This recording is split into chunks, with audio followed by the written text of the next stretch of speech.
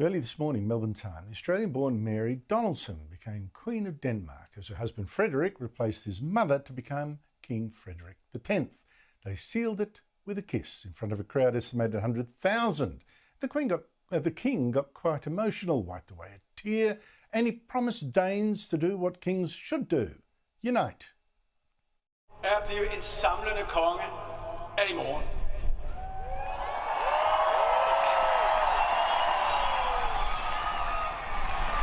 Det er en opgave, jeg har nærmet mig hele mit liv. Det er et ansvar, jeg tager på mig med respekt, stolthed og stor glæde. I see many Australians, especially Tasmanians, loving the idea that even one of us can rise to royalty. Good luck to her. Good on her. Good on her. Good on him. Yeah. Good on her. Oh, it's wonderful. Finally, an Australian on a throne somewhere. He seems quite at home. Good day, and brace yourself, because while Australia is busy arguing about housing, inflation, and who forgot to pay for the barbecue, a royal storm is exploding on the other side of the world, and it has lessons written all over it for us right here at home. King Frederick X of Denmark has barely warmed the throne, and already he is facing a backlash so fierce it makes question time look polite. Yes, this is the kind of royal controversy that turns polite applause into angry muttering faster than a politician backflipping on a campaign promise. Before we dive in, do not forget to subscribe to Royal News Daily and tap that notifications bell. That way you never miss the stories shaking palaces, parliaments, and everything in between.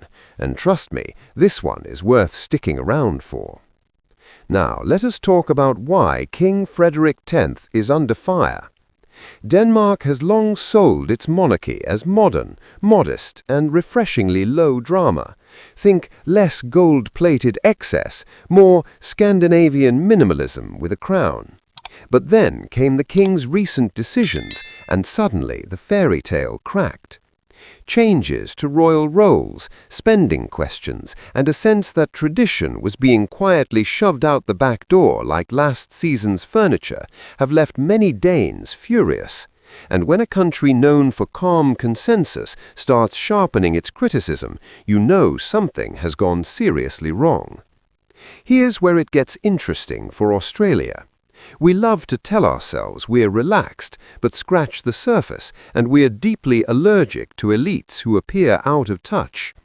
Whether it's politicians flying business class while telling people to tighten their belts, or executives collecting bonuses during layoffs, the reaction is always the same: disbelief followed by outrage. Watching Denmark wrestle with its monarchy feels uncomfortably familiar. Different system, same problem, power without explanation.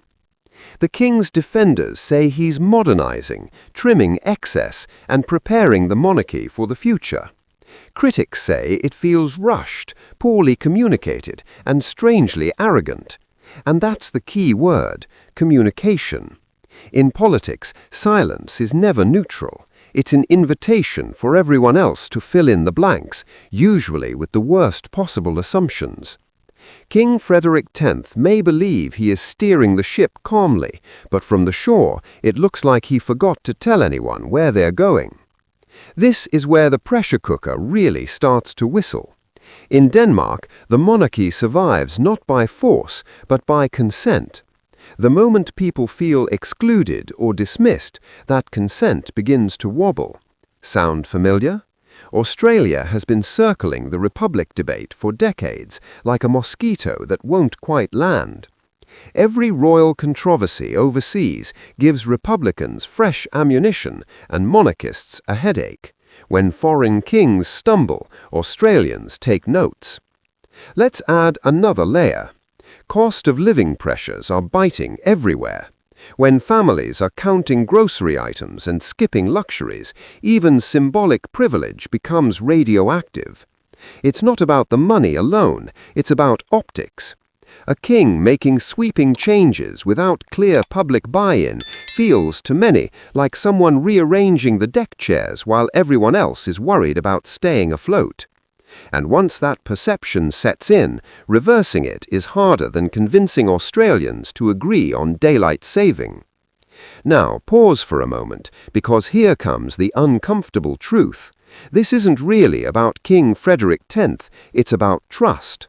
Monarchies, governments, and institutions all survive on the same invisible fuel, public belief that those at the top understand life at the bottom. When that belief cracks, anger rushes in to fill the gap. Denmark is seeing it now, and Australia has seen it many times before, from leadership spills to referendum failures. What makes this saga gripping is the speed. Usually royal controversies simmer, this one boiled almost instantly. That suggests something deeper than one decision or one speech. It suggests a growing impatience with inherited authority in a world that demands transparency, accountability, and a clear explanation of who benefits and why. In plain terms, people want receipts. For Australian viewers, this is more than royal gossip, it's a reminder. Institutions that rely on tradition alone are standing on thinner ice every year. Whether it's a monarchy, a parliament, or a boardroom, the rule is the same. Explain yourself, or someone else will do it for you, loudly. King Frederick X still has time to steady the crown, but the message from Denmark is already echoing far beyond its borders. Respect is no longer automatic. It's earned, daily, publicly, and sometimes painfully. Thank you very much for watching Royal News Daily.